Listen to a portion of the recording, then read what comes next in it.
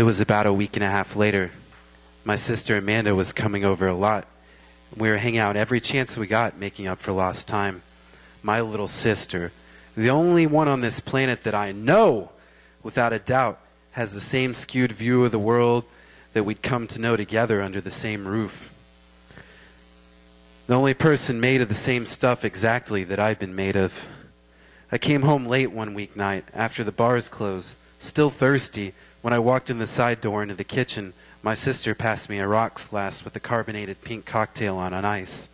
Something that looked like a Cape Cod with a splash of club soda.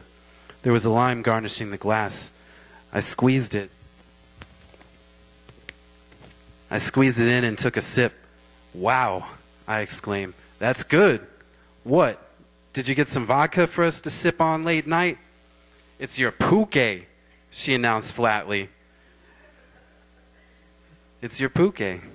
Jeremy and Mikey burst with chuckles behind me and clapped me on the back. Amanda stood and looked at me, smiling smugly, while she seized the glass midway through my second sip and wrestled it back. "Taste it," I said. "It may be your pulque, but I made it mine." She poured it on ice with pomegranate juice mixer and some Sprite, and the lime squeeze completed the transformation. It was a good drink. She got me to walk right into my own trap, and then like it and ask for more. It was a complete mind fuck, the way she'd flipped it on me. On all us, really. To this day, I love to think of her encounter, that last can of pulque with the plastic rings still attached to the other 5 empty plastic rings. The stuff that seemed so vile, hopeless shit, that all we could think of to do was to use it as a weapon, and to imagine her just sidestepping all that and instead employing her ingenuity to make something dope. It is a characteristic that perfectly embodies the beauty of my little sister's spirit and tells the nature of her individuality.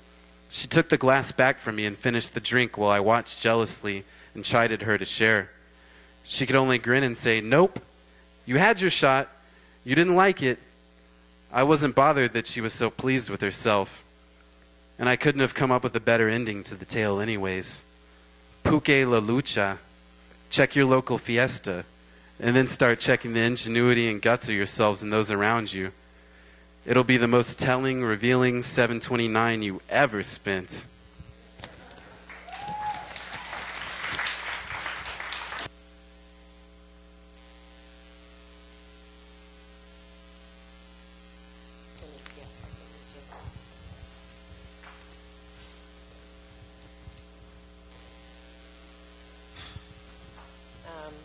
All right, I got 2 more things I'd like to share with you guys.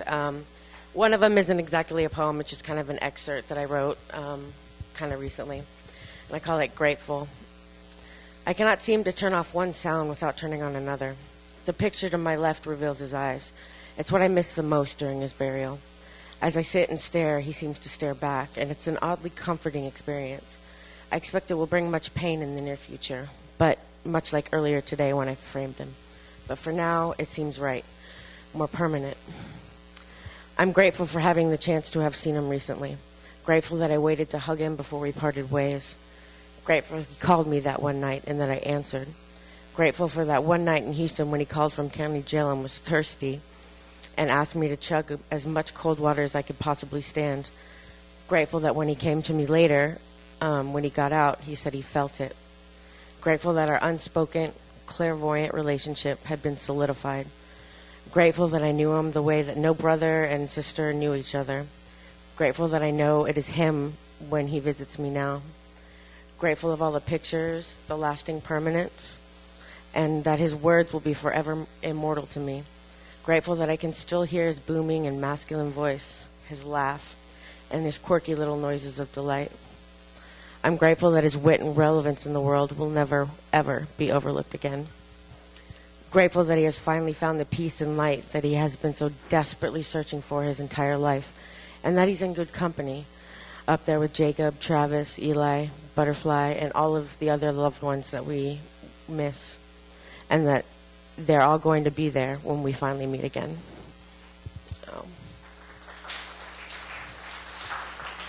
Thank you.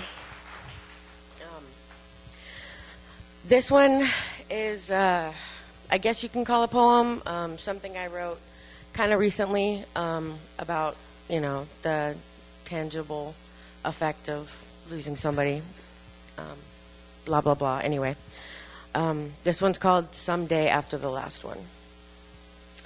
I was living on a bed of air with my cat, clinging to my body heat for love, but I am here, and that is something.